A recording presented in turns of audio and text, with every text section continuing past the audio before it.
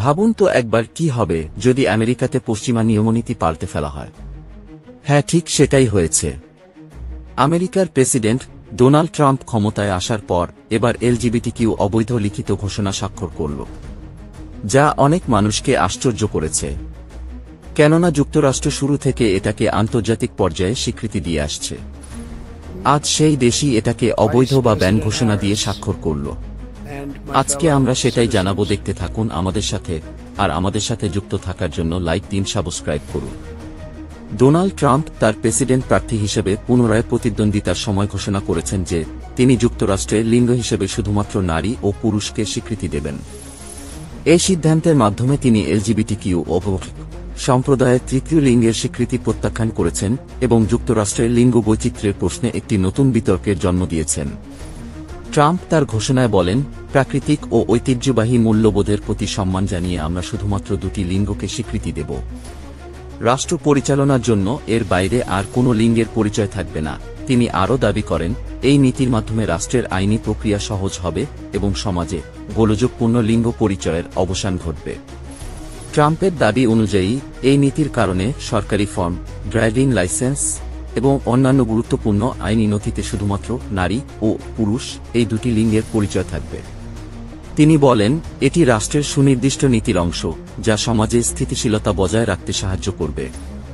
এই পদক্ষেপের প্রতিক্রিয়ায় যুক্তরাষ্ট্রের এলজিবিটিকিউ অধিকার রক্ষাকারী সংগঠনগুলো তীব্র নিন্দা জানিয়েছে।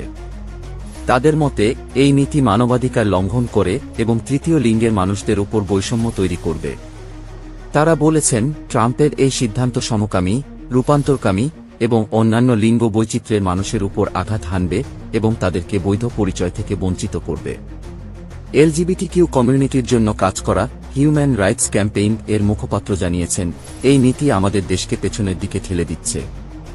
এটি মানবাধিকার রক্ষার পথের একটি বড় বাধা এবং তৃতীয় লিঙ্গের মানুষদের জন্য এটি একটি চরম হুমকি। তারা আরও বলেন, এই নীতির মাধ্যমে সরকার বৈচিত্র্যকে ধ্বংস করার চেষ্টা করছে এবং এই পদক্ষেপের বিরুদ্ধে আইনগত লড়াই চালিয়ে যাবে। এই নীতি নিয়ে যুক্তরাষ্ট্রে ডেমোক্রেটিক এবং রিপাবলিকান উভয় দলেই বড় ধরনের প্রতিক্রিয়া সৃষ্টি হয়েছে। ডেমোক্র্যাটরা ট্রাম্পের এই পদক্ষেপকে সমাজের সামগ্রিক মূল্যবোধের উপর আক্রমণ হিসেবে অভিহিত করেছেন। ডেমোক্রেটিক নেতা অ্যালেক্সান্ড্রিয়া ওকাসিও-কর্টেজ বলেন, আমরা যে সমাজে বাস করি সেখানে বৈচিত্র্যই আমাদের শক্তি। ট্রাম্পের এই নীতি সেই শক্তিকে ধ্বংস করছে এবং সমাজের অনেক মানুষকে প্রান্তিক করে তুলছে। অন্যদিকে রিপাবলিকান সমর্থকরা ট্রাম্পের এই পদক্ষেপকে সমর্থন জানিয়ে বলছেন, এটি তাদের পারিবারিক ও ধর্মীয় মূল্যবোধ রক্ষার একটি গুরুত্বপূর্ণ পদক্ষেপ। তাদের মতে সমাজে দুটি লিঙ্গ পরিচয়ের নীতি পুনরায় প্রতিষ্ঠা করা প্রয়োজন, যাতে রাষ্ট্র পরিচালনার জন্য স্পষ্টতা ও স্থিতিশীলতা বজায় থাকে। ট্রাম্পের এই নীতির ফলে যুক্তরাষ্ট্রের বিভিন্ন অঙ্গরাজ্যে আইনি লড়াই শুরু হবে বলে ধারণা করা হচ্ছে। বেশ কিছু অঙ্গরাজ্যে ইতিমধ্যেই তৃতীয় লিঙ্গের মানুষদের আইনগত স্বীকৃতি দেয়া হয়েছে এবং তারা এই নীতির বিরোধিতা করতে আদালতে যেতে পারে। বিশেষজ্ঞরা মনে করছেন, এই আইনি লড়াই দীর্ঘ সময় ধরে চলবে এবং এর চূড়ান্ত সিদ্ধান্ত সুপ্রিম কোর্টে গিয়ে থামতে পারে। তৃতীয় লিঙ্গের মানুষদের স্বীকৃতি দেওয়ার জন্য যুক্তরাষ্ট্রে দীর্ঘদিন ধরে আন্দোলন চলছে।